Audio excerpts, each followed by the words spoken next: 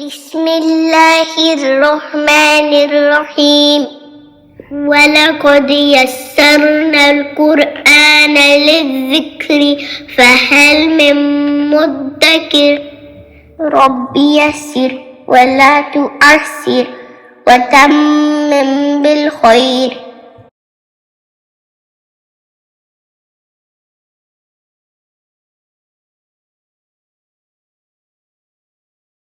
الف جو ہے یہ عربی حروف کا پہلا حرف ہے اور اس کا نام ہے الف اور اس کی کوئی آواز نہیں ہوتی.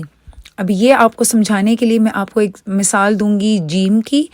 جیم کا نام ہے جیم لیکن اس کی آواز ہے ج، تو اس طرح سے الف کی کوئی آواز نہیں ہوتی. ابھی اگلی آنے والی سلائیڈ میں آپ کو پتہ چل جائے گا کہ اس کی آواز کیوں نہیں ہوتی. تجوید میں مخرج اس مقام کو کہتے ہیں جہاں سے کسی حرف کی ادائیگی ہوتی ہے. تصویر میں آپ دیکھیں تو یہاں پہ آپ کو جو پرپل اور گرین کلر نظر آ رہا ہے، یہاں یہ پورا حصہ جو ہے یہ پورا کا پورا ہی الف کا مخرج ہے. تو الف جو ہے اس کی آواز گلے میں ووکل کارڈ سے شروع ہو کر ہونٹوں سے باہر آ جاتی ہے. الف حرف مدہ ہے اور یہ دوسرے حروف کی آواز کو کھینچنے یا لمبا کرنے کے لیے استعمال ہوتا ہے. اسی لیے آپ ہمیشہ دیکھیں گے کہ الف جو ہے اس سے پہلے کوئی نہ کوئی حرف ضرور موجود ہوتا ہے.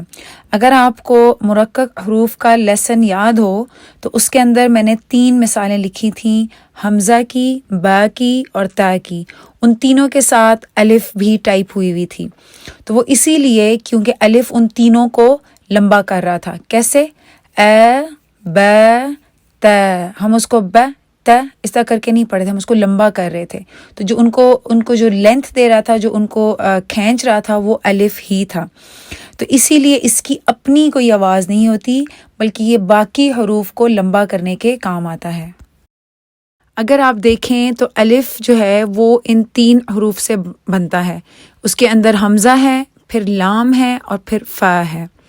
تو سب سے پہلے آپ نے کیا کرنا ہے کہ جو حمزہ کی ادائیگی کے لیے آپ نے اسی طرح سے زبان کو بالکل فلیٹ رکھنا ہے اور اس کو آپ نے ادا کرنا ہے. تو اس کو نہ ہی ادا کرنا ہے، نہ اردو قاعدے کی طرح جو ہم سیکھتے ہیں، نہ ہی آپ نے اس کو بالکل لٹا کے اے ادا کرنا ہے، بلکہ زبان آپ کی فلیٹ ہو اور اس کو آپ نے کے آواز کے ساتھ اس کی ادائیگی کرنی ہے.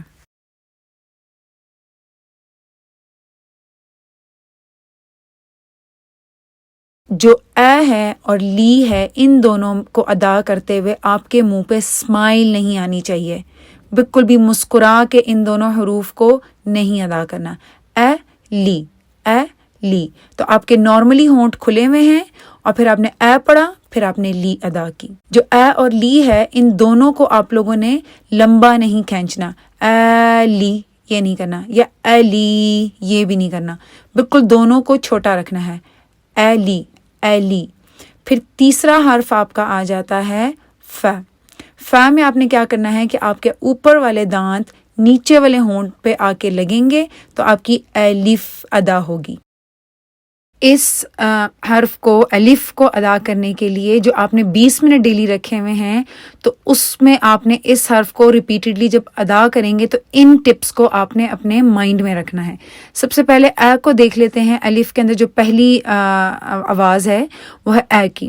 اے کے لیے جس طرح لائٹ لیٹرز میں آپ نے پڑھا تھا کہ زبان فلیٹ ہوگی اور اس کو نہیں پڑھنا، اس کو اے نہیں پڑھنا بلکہ اس کو اے پڑھنا ہے. اے زبان نارمل ہوگی، فلیٹ ہوگی اور ہونٹوں کو نارمل طریقے سے کھول کے ہم ادا کریں گے اے. پھر لی کے لیے اگر آپ دیکھیں تو اردو میں ہمارے پاس ہوتا ہے گیٹ. گیٹ اسی طرح انگلش میں بھی گیٹ ہی کہتے ہیں گیٹ کو.